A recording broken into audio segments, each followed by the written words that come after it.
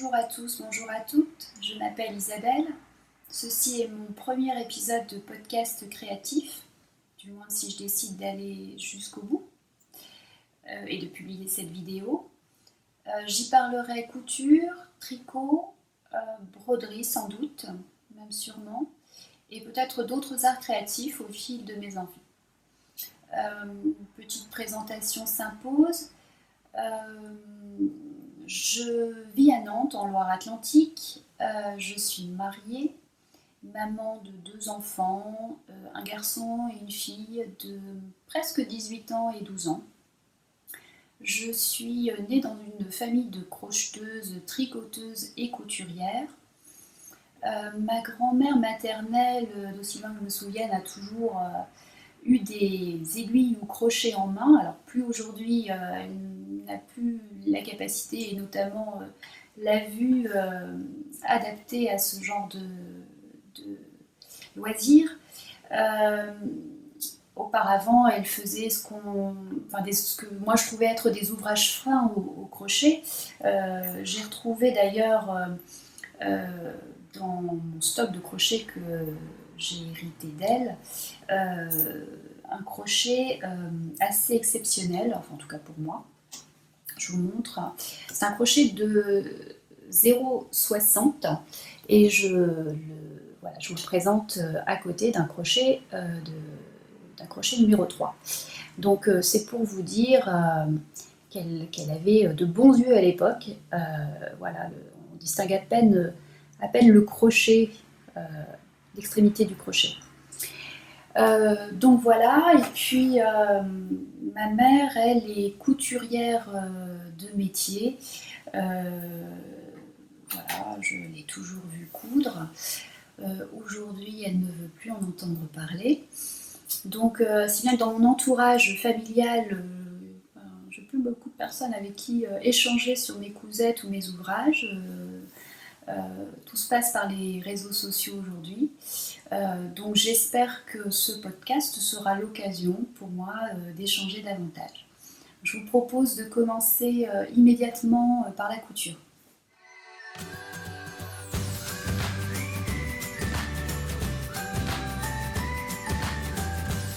Allez, on commence par la couture. Je vous accueille dans mon bureau-atelier qui depuis quelques semaines s'est transformé en salle de classe et en bureau de télétravail. J'ai mis en place un petit assistant, vous allez comprendre pourquoi. Je me suis installée également près de la fenêtre pour bénéficier d'une belle lumière, mais l'inconvénient c'est que l'on risque d'entendre les bruits de la rue. C'est l'heure du déjeuner et donc le flux est important. Mais on verra. Voilà. Donc je vous présente ma première cousette. Voilà, mon assistant fait bien son office. Ça me libère les 2 mains. Donc, il s'agit d'un patron issu du Burda Style de décembre 2019. Vous pouvez voir le modèle sur la couverture. Donc, il s'agit d'une blouse dotée d'un col lavalière asymétrique, d'une épaule boutonnée. La coupe est plutôt évasée. Et vous avez des manches droites terminées par un ourlet simple en principe. Là, vous pouvez apercevoir la première modification, enfin la seule modification que j'y ai apportée. J'ai préféré des manches élastiquées. C'est un niveau 3 sur 4. Je l'ai cousu en taille 17. Donc Burda propose ce modèle de la taille 17 à 21. Il s'agit de taille courte. Et chez Burda, les tailles courtes s'adressent aux statures d'1,60 m.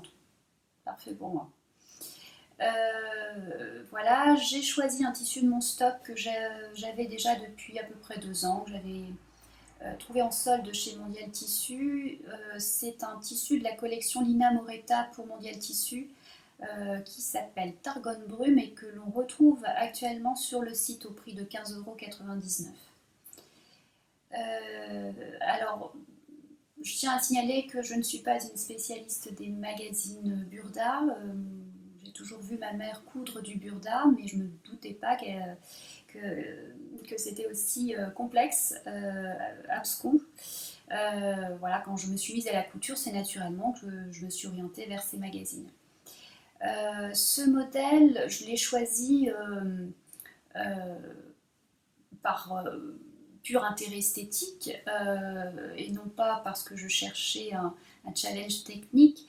J'ai évalué la difficulté au moment de la découpe des pièces, où je n'ai pas très bien compris comment certaines pièces devaient s'assembler entre elles.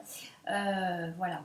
Alors moi, quand j'aborde un patron Burda, très souvent, j'anticipe et je m'installe souvent confortablement et je lis plusieurs fois les instructions de montage pour m'en imprégner. C'est un peu ce que j'ai fait ici. Alors pour illustrer mon propos, je vais peut-être m'appuyer sur deux ou trois étapes de montage juste pour vous expliquer voilà, ce qui, pour moi, a constitué une certaine difficulté. Donc on commence par assembler les deux empiècements ces deux empiècements, donc ces deux pièces d'empiècement qui constituent le premier pan de la lavalière. On vient les épingler à la pièce, on vient les épingler à la pièce devant. Voilà, on les laisse en attente.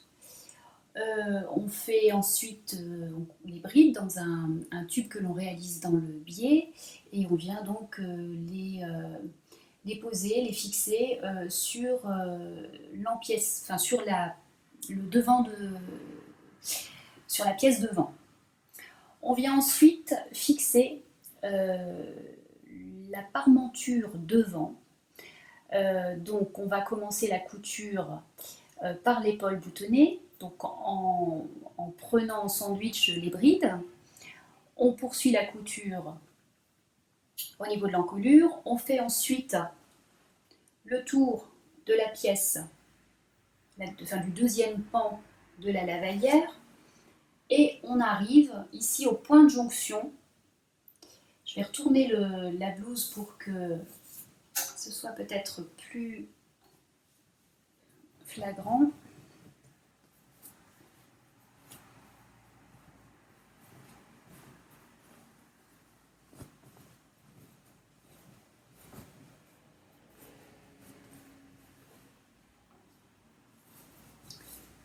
Voilà. Donc, pour rappel, donc, ici on a les deux empiècements qui constituent le premier pan de la lavalière, et puis ici la parmenture devant qu'on a donc assemblée depuis l'épaule. On a ensuite poursuivi la couture au niveau de l'encolure, et puis on a fait ensuite le tour du deuxième pan de la lavalière. Je suis peut-être un peu haut, on n'a pas vu grand chose. Et puis voilà, on arrive. Hop, ça peut être plus. On arrive ici au point de jonction. Et on va poursuivre la couture jusqu'au niveau de l'emmanchure, et on prend donc dans notre couture à la fois la pièce devant, la parmenture devant et les deux empiècements. Donc on a ici 4 épaisseurs de tissu. Et il faut effectivement, au niveau du point de jonction, bien cranter pour éviter les plis. Donc voilà, une fois effectivement l'ouvrage terminé et quand on relit des instructions de montage, ça paraît effectivement aller de soi. Mais je vous avoue que quand on se trouve face aux différentes pièces, voilà, en tout cas en ce qui me concerne, j'ai une certaine difficulté à me figurer l'assemblage des pièces. Donc heureusement qu'aujourd'hui je ne me lance plus tête baissée dans l'assemblage, dans la couture. Très souvent je bâtis ou j'épingle. Voilà, j'ai besoin de comprendre comment les pièces vont s'imbriquer les unes par rapport aux autres, un peu comme un puzzle. Donc voilà où s'est située la difficulté principale pour moi. Que dire, je regarde mes notes pour être sûre de ne rien oublier. Voilà, alors j'ai ici surpiqué uniquement la parmenture dos et non pas la parmenture devant, puisque lorsqu'elle est portée, cette parmenture est visible. Voilà, j'ai utilisé donc des boutons à recouvrir. Je vais à nouveau retourner la cousette. Donc des boutons à recouvrir, alors que j'ai trouvé chez Mondial Tissu, il me semble bien. J'ai eu un doute parce que j'avais peur qu'on voit le pied du bouton, mais finalement la bride couvre correctement le pied. Voilà, j'ai surpiqué le bas de la blouse et puis j'ai fait juste un ourlet simple. Voilà. Et s'agissant de la manche élastiquée, j'ai fait une simple coulisse. J'ai glissé un élastique de 1,5 cm, il me semble. Voilà.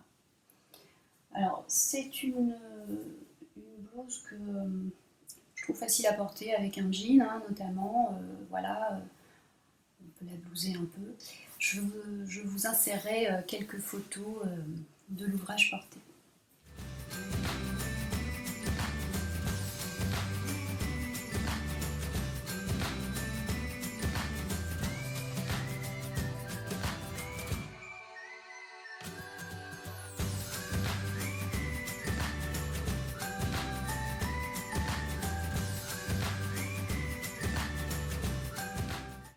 Voilà, alors on va passer à la seconde cousette.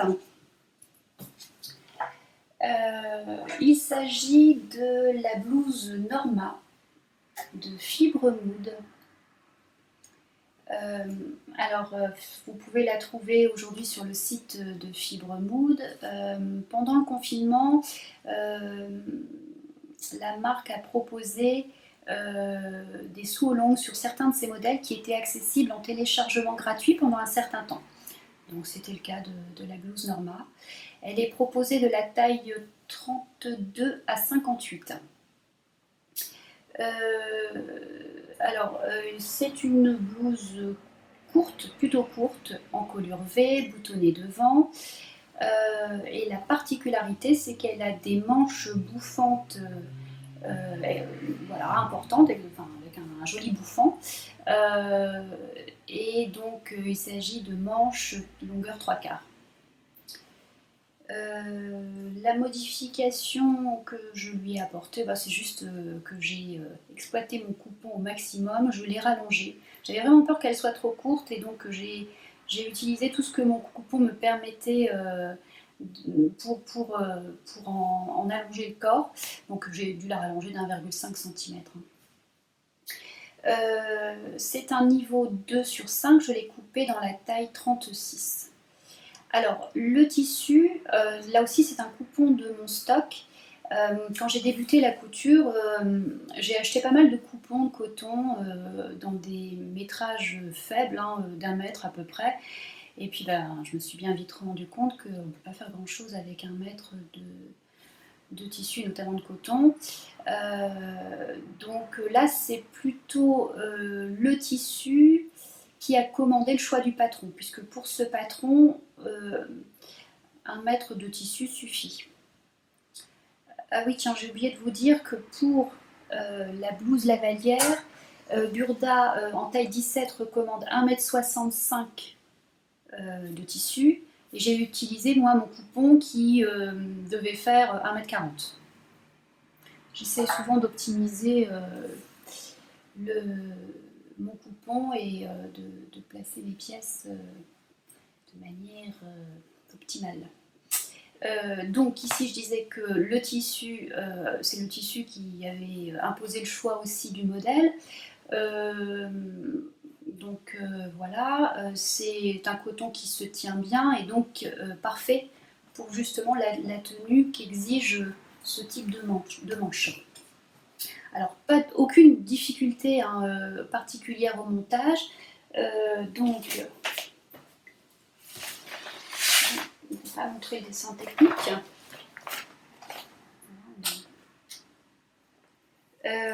Donc pas de difficulté particulière. On est sur des explications qui sont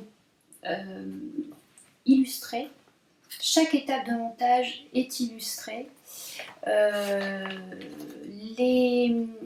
La marque utilise des contrastes de couleurs pour montrer l'endroit, l'envers du tissu, les pièces thermocollées.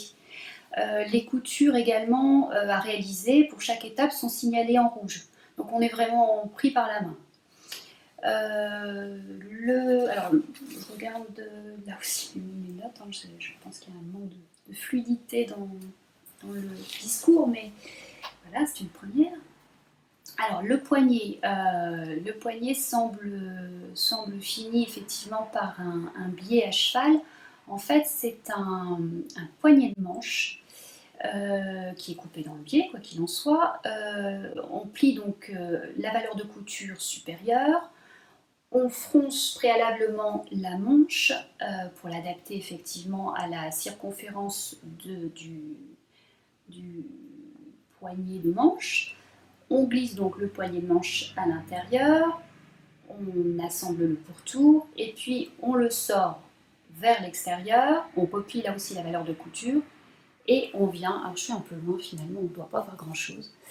On vient donc ici assembler, enfin coudre le bord, piquer le bord et idéalement il faut effectivement que cette couture ne se voit pas, enfin prenne en tout cas le biais, enfin oui, le biais sur l'intérieur. Alors chez moi, bon, à certains endroits ça va, et puis à d'autres endroits c'est moins parfait. Mais à l'extérieur, voilà, ça ne se voit pas. Une fois porté, ça ne se voit pas et c'est très bien.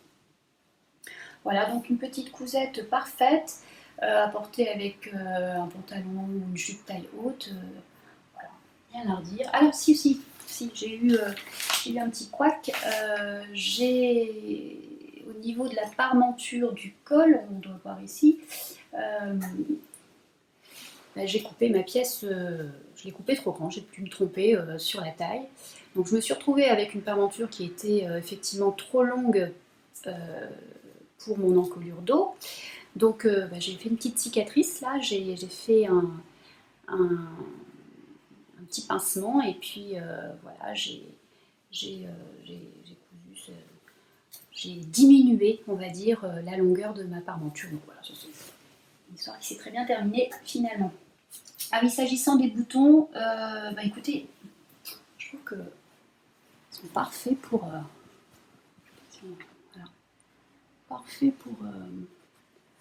le tissu. Ce sont des boutons que j'ai récupérés dans le stock de boutons de ma grand-mère. Voilà. Voilà une petite cousette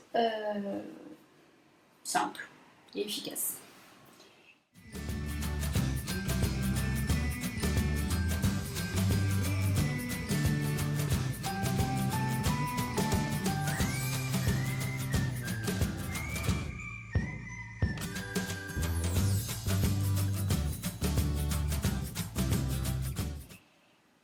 S'agissant du troisième et dernier projet couture, la voici.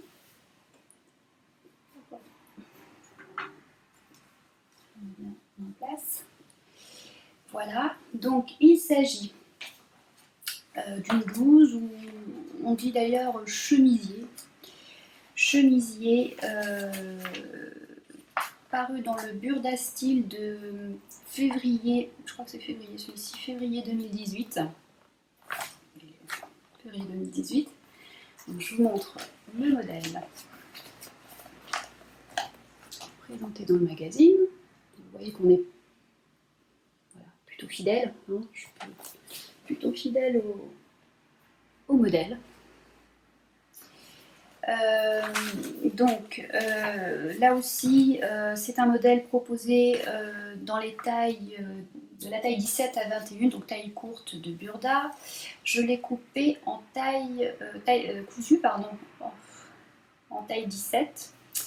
Alors il s'agit d'une blouse qui se caractérise par une patte polo, Vous avez des pinces poitrine, vous avez des fentes en, bas de blouse, des manches pagode qui sont, on va dire, aiguillées par un passepoil. Et puis surtout la particularité de cette blouse, bah, c'est le dos. Un dos qui se caractérise par ce jeu de plis. Alors moi, c'est ce dos qui m'intriguait, hein, et je voulais comprendre le montage. Donc voilà. Alors j'ai choisi une viscose de Punti de chez Cousette que l'on trouve encore sur le site. Alors j'ai noté le prix quelque part, 12,66 €. Voilà. À 12,66 €, on la retrouve sur le site. Elle est parfaite, juste parfaite. Elle a un tombé fluide, elle est légère, elle est très agréable à porter. Enfin, c'est vraiment le tissu parfait pour ce type d'ouvrage. Voilà, il fallait vraiment quelque chose qui soit léger parce qu'il y a quand même ce jeu de plis, donc une certaine épaisseur de tissu dans le dos. Et puis voilà, il fallait cette légèreté et cette fluidité dans le tissu. Alors, sur ce modèle, enfin pour ce modèle, on bénéficie d'un cours de couture illustré. Donc c'est plutôt intéressant. Voilà, c'est un niveau 3 sur 4. La difficulté pour moi, elle résidait aussi dans la réalisation de la pâte polo. Alors là, elle se tient mal parce qu'en principe, elle est pressionnée. Et pour ma part, je n'ai pas voulu la fixer et y ajouter de pression. En tout cas, je vais patienter. Je vais la porter, je vais voir comment elle vit sur moi pour voir si j'y mets une pression. Alors peut-être que j'en mettrai une juste à mi-hauteur. Voilà. Parce qu'effectivement, on a une partie du col qui retombe et on voit un petit peu le surjet de la parmenture. Alors je disais qu'effectivement la difficulté elle résidait pour moi dans la réalisation de cette pâte de boutonnage, c'était une première. Alors je dirais que c'est tout à fait accessible dès lors qu'on est suffisamment minutieux et précis. Ce qu'il faut respecter, c'est je dirais une équidistance entre le haut et le bas de la pâte de boutonnage. Quand on réalise la fente, donc quand on coupe ici la pièce devant, il faut effectivement cranter cette fente jusqu'aux coutures d'assemblage, donc au plus près des coutures d'assemblage. Voilà, et donc voilà, tout ça pour éviter effectivement des plis disgracieux qu'on pourrait avoir ici sur le devant. Donc voilà, ça c'était la première étape sur laquelle je me suis appliquée. Alors, s'agissant du dos.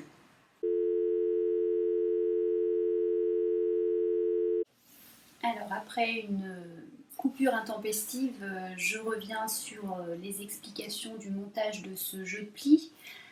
Comme je vous le disais, ce jeu de plis est constitué d'un pan dont la hauteur est inégale. Alors, je vais vous montrer la pièce sur le plan de coupe. Donc vous avez cette pièce qui est un assemblage en fait de deux pièces. Et donc vous avez ici la partie inférieure basse et la hauteur va croissante. Et donc on va fixer le pli à partir de ce point jusqu'ici. Donc comme je vous le disais, le pan est fixé le long d'une ligne de montage courbe que l'on dessine jusqu'à hauteur du point de fixation du passepoil. Donc la couture se fait de cette manière.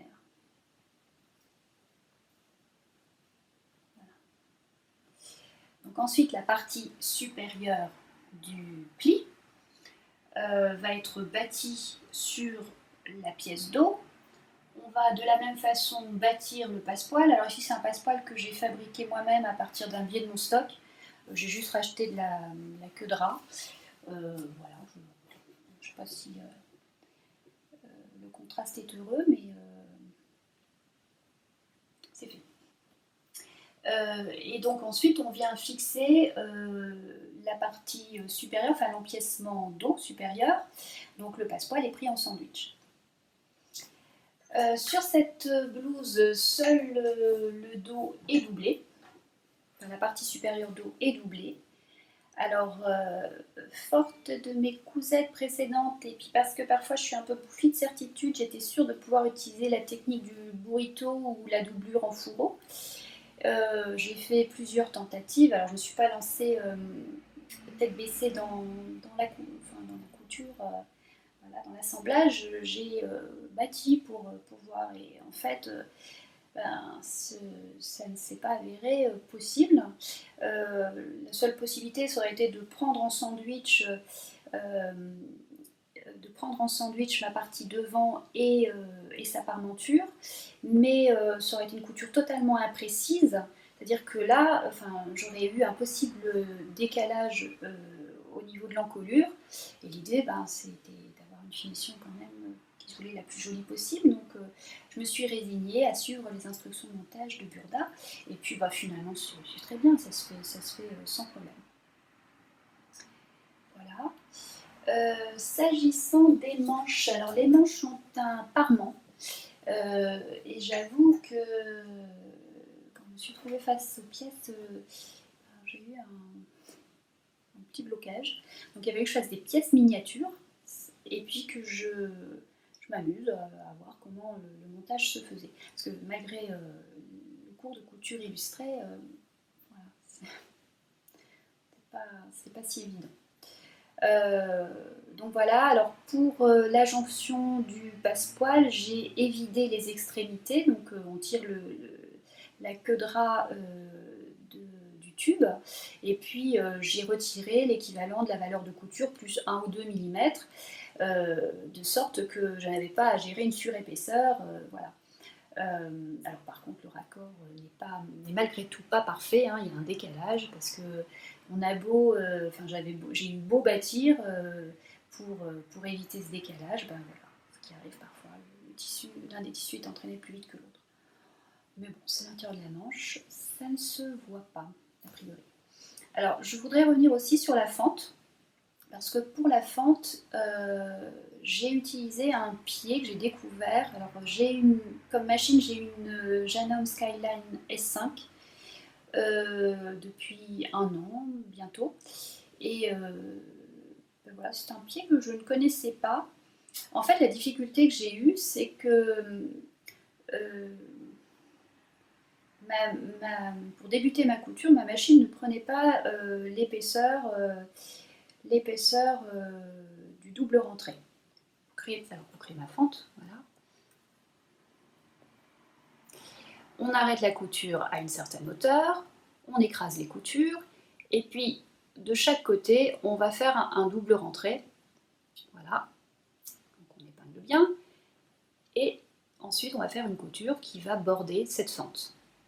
Alors pour débuter ma couture ici, voilà, ma machine n'entraînait pas le tissu.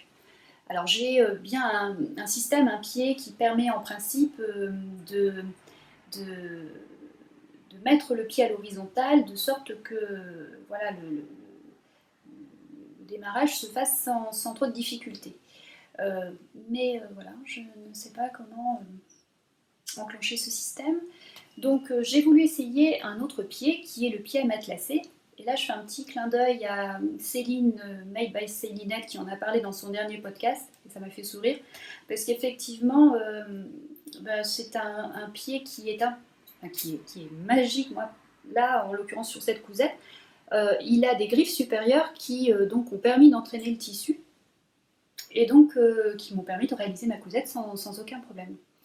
Donc voilà pour cette dernière cousette, je pense vous en avoir tout dit.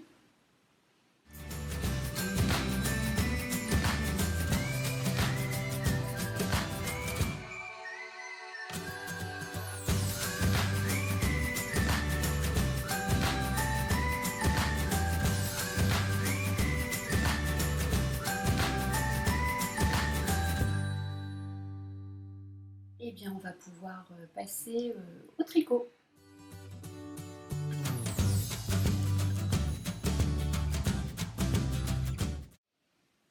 Alors, s'agissant du tricot, je vais commencer par un petit projet. Je vais vous parler chaussettes. Je fais partie des personnes qui se sont mises à tricoter tardivement leurs premières chaussettes. Moi, ma première chaussette, je l'ai tricotée il y a 1 an. Je considérais que c'était pas très utile parce que ça se voyait pas, parce que c'était pas forcément confortable lorsqu'on était chaussé. Et puis le coût n'en valait pas forcément la peine. Et bien j'avais tort. Donc il y a 1 an, je me suis vraiment intéressée au sujet et puis j'ai cherché notamment un livre qui pouvait traiter des techniques et puis comporter quelques modèles. Donc je suis tombée sur ce livre de Wendy Day Johnson qui s'appelle Tricoter ses chaussettes, qui aborde des techniques pour débuter. Donc il présente l'avantage effectivement de contenir plus de 20 modèles. Il est édité aux éditions Erol. Comme ça, on le verra peut-être mieux. Voilà. Et il est vendu au prix de 19 €. Donc on y aborde les fournitures, les différentes, les aiguilles circulaires, aiguilles double pointe, la laine à chaussettes, les techniques de montage, les techniques de rabattage. On y trouve aussi, ce qui est intéressant, 3 modèles de base. Donc on a la chaussette avec pointe et talon en rang raccourci. On a la chaussette avec gousset.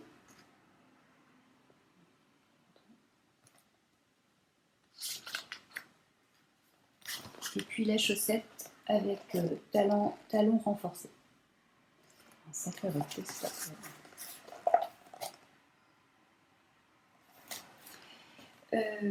Voilà, vous avez plus d'une vingtaine de modèles dentelle. Vous avez des modèles avec des points texturés. Et puis des modèles chaussettes grosse laine. Donc, et puis chaussettes aussi des modèles à torsade. Donc s'agissant du modèle que je vais vous présenter, il s'agit de la paire de chaussettes labyrinthe que j'ai tricotée avec une laine Katia que j'ai trouvée chez ma mercière.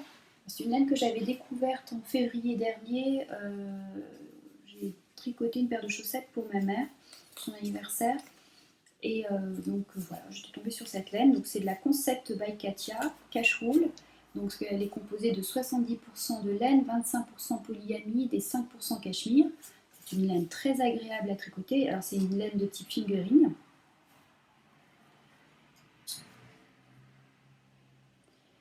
Coloris moutarde.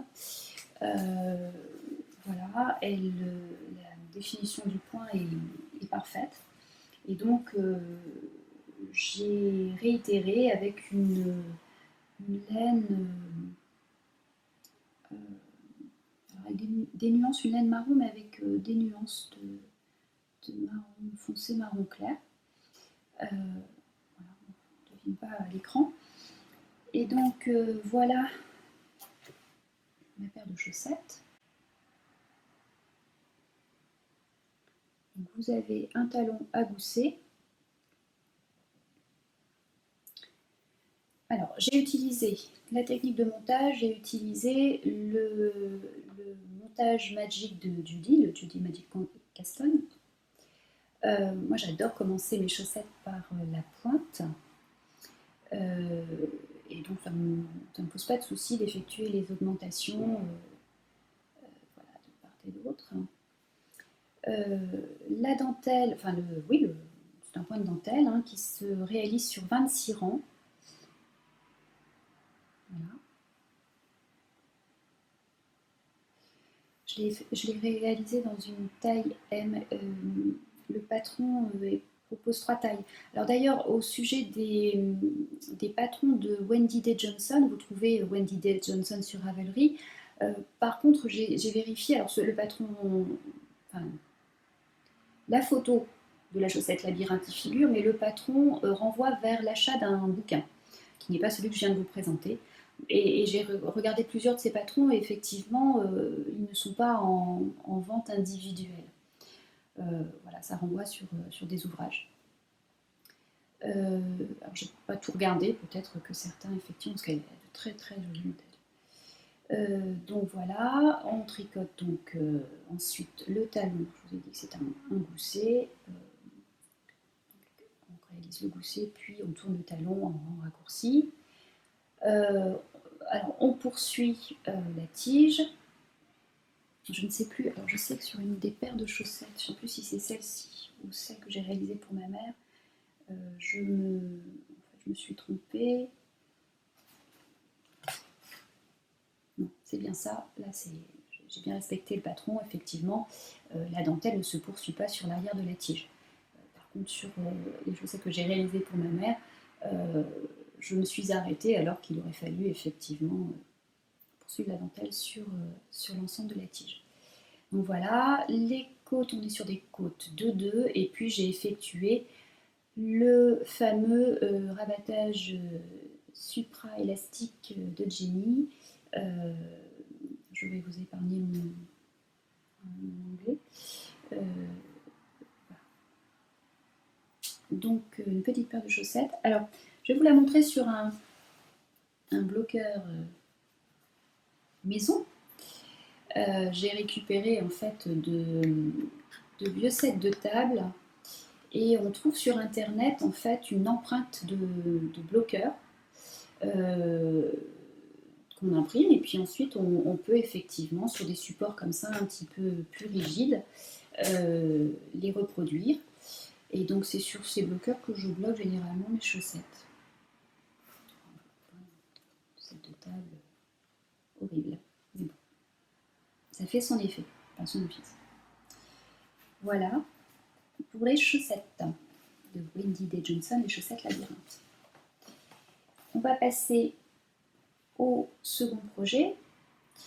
Alors, un projet bien plus imposant, puisqu'il s'agit du rose cardigan de Andrea Mori, qu'on ne présente plus. C'est un projet, enfin c'est un modèle qui a été tricoté plus de 800 fois. Donc voilà, toutes les tricoteuses le connaissent. Mais voilà, j'avais envie d'en parler. Donc j'ai tricoté ce modèle dans les laines de Taulemata Yarn, les laines de Lauriane. Dans sa qualité taux de sport. J'ai choisi mes écheveaux parmi une collection. Alors Lauriane propose plusieurs collections. Là j'ai choisi mes écheveaux dans la collection Art Nouveau, qui s'appelle Sarah. Alors Sarah, c'est aussi le prénom de ma fille, donc il a une valeur particulière. Alors, cette collection se compose de 6 écheveaux, je crois. Et j'ai choisi les 4 écheveaux du milieu. Voilà. Le fait composé de 4 écheveaux du milieu.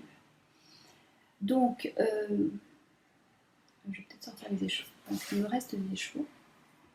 Je reviens avec la laine tricotée pour ce projet. J'ai choisi, comme je vous le disais, mes écheveaux dans la collection Art Nouveau proposée par Lauriane Taulemata Yarn. Donc je vous montre. Je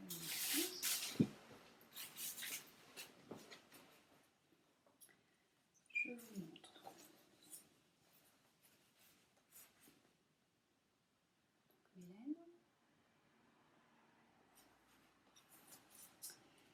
Alors, dans le premier coloris 5, j'ai eu besoin de 59 grammes, soit 177 mètres. Donc voilà ce qu'il me reste. Vous pouvez voir, c'est une laine plutôt gris partir sur le gris mauve et qui présente des splashes de couleurs très vives. On peut avoir du fuchsia, du rouge, du violet très sombre, presque noir. Voilà, il y a des nuances dans la laine. La laine a pris la couleur de manière très variée. C'est chaud, splendide. Vient ensuite le coloris Sarah 4. Alors là, j'ai tricoté 64 grammes, soit 192 mètres. Il m'en reste 56. Donc on y trouve toujours, alors c'est un ton plus clair, et puis on y trouve toujours des splashes de couleurs très vives.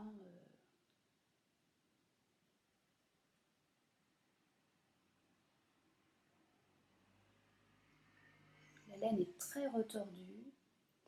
La définition du point est parfaite et la laine a un superbe drapé. Moi, je suis sous le charme de cette laine.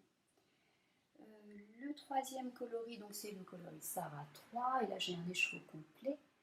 Donc on a toujours des splashes de couleurs. C'est un petit peu le fil conducteur, hein, le lien aussi entre ces différentes laines. Différents coloris, pardon, parce que ça reste la même laine. Je replonge. Voilà. Et dernier écheveau qui est le coloris Sarah 2. Donc là, j'ai tricoté 221 grammes et il me reste 29 grammes. Beaucoup plus clair, mais toujours, alors on le voit peut-être moins, mais ici quand même, toujours avec des petites pointes de couleur.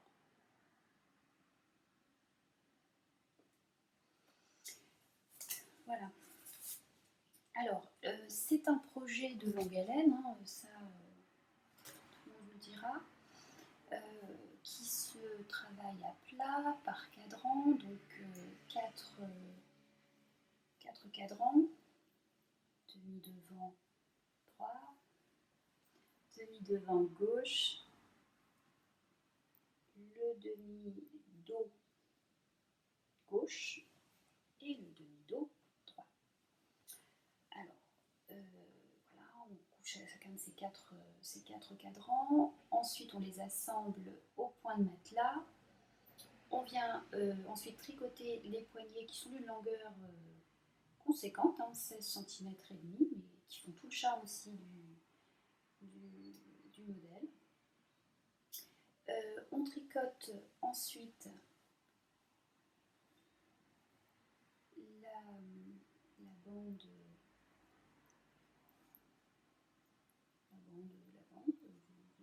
les côtes du bas du modèle, là aussi sur une bonne hauteur. Et puis ensuite, on tricote à part la bande d'encolure, une demi-bande d'encolure, une deuxième demi-bande d'encolure, que l'on vient ensuite coudre au projet, que l'on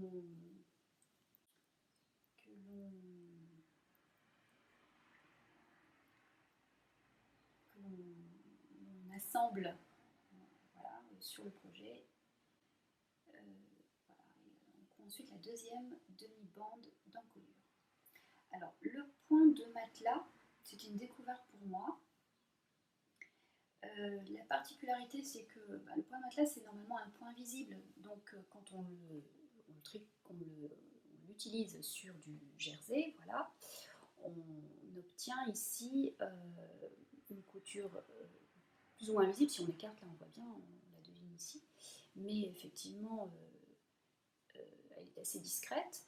Et donc, la particularité ici, c'est que le petit bourrelet d'assemblage, il est visible finalement sur l'endroit du tricot, et puis il fait partie intégrante du design. Donc il est ici, il sépare les deux torsades. Alors moi j'ai trouvé très agréable effectivement ce point de matelas, très agréable à réaliser sur la partie supérieure des emmanchures. Par contre, beaucoup moins fun hein, sur le côté, sur les coutures latérales. Parce que là, je pense que c'est Sophie, du Tricommande de Sophie, qui l'expliquait aussi dans son podcast, c'est que effectivement les rangs ne se font pas face à un moment donné. Donc on est obligé de tricher pour cet assemblage. Et donc, je ne suis pas non plus très satisfaite du résultat. On voit que ça tire un peu par endroits. Mais bon, l'emmanchure étant tellement large et puis tombant tellement bas que dans le drapé, voilà, ça se devine à peine. Alors, j'ai visionné il n'y a pas très longtemps l'épisode de podcast de Carole Bricole, Pomme de laine, qui parle de son rose cardigan et qui semble l'avoir tricoté dans la douleur. Donc j'étais assez, alors pas surprise, mais moi c'est pas du tout mon ressenti, donc voilà, je l'ai tricoté avec plaisir. Alors déjà parce que les laines m'ont ravie, hein, et puis voilà, c'est un projet que je vais avoir plaisir à porter dès les premiers frimas. Donc voilà, je suis conquise par ces laines et par ce projet. Je vais vous montrer quelques photos portées.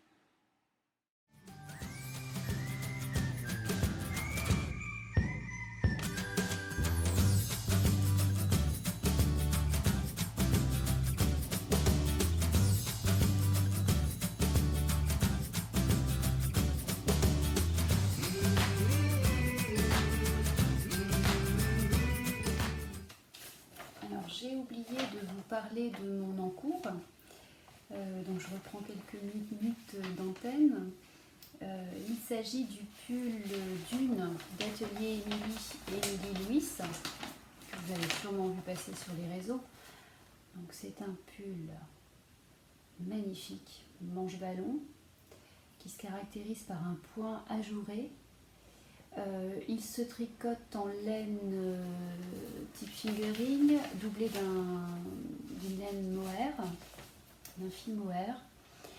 Alors, lorsque le modèle est paru, j'avais commencé à envisager de tricoter le pull Luz d'Atelier Émilie également. Par contre, voilà, je n'étais pas, mon échantillon ne collait pas à celui du patron. Par contre, il collait parfaitement au patron du pull Dune. Donc j'ai demandé à Émilie si effectivement il était envisageable de le tricoter dans un fil de mohair double. Alors la réponse d'Émilie était d'une évidence implacable. Elle me dit écoute, tricote l'échantillon et tu verras. Donc effectivement, je me suis procuré le patron et puis j'ai tenté un échantillon que voici. Donc voilà, je trouvais que le point ajouré était suffisamment visible dans ce fil de mohair double. Donc le fil, c'est un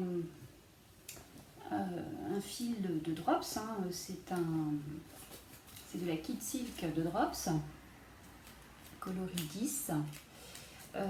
J'en avais 6 pelotes, il me semble, ce qui semblerait être insuffisant pour la taille 2 que je tricote du pull Dune. Donc j'en ai recommandé d'ailleurs. Donc voilà, donc je vous montre un peu où j'en suis. Ah, interruption, téléphone. Donc désolée pour cette interruption. Je vous disais, vous montrer où j'en étais. Donc voilà mon pull d'une. Alors, c'est un pull, mais c'est un pull ouvert sur le dos, donc boutonné, en principe, comme un gilet.